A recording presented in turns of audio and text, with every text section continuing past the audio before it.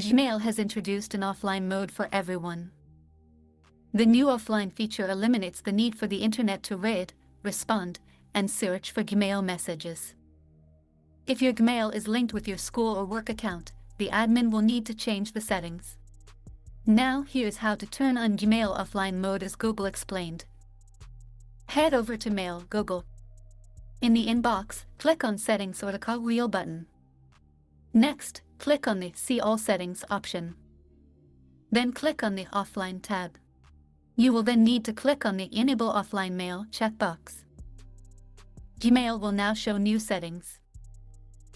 You can select the days of emails you want to sync with your Gmail. Google will show the amount of space left on your computer, and also provide an option to keep offline data on the computer. There's also an option to remove all offline data from the computer. You can now click on the Save Changes option and Gmail Offline will be activated on your computer.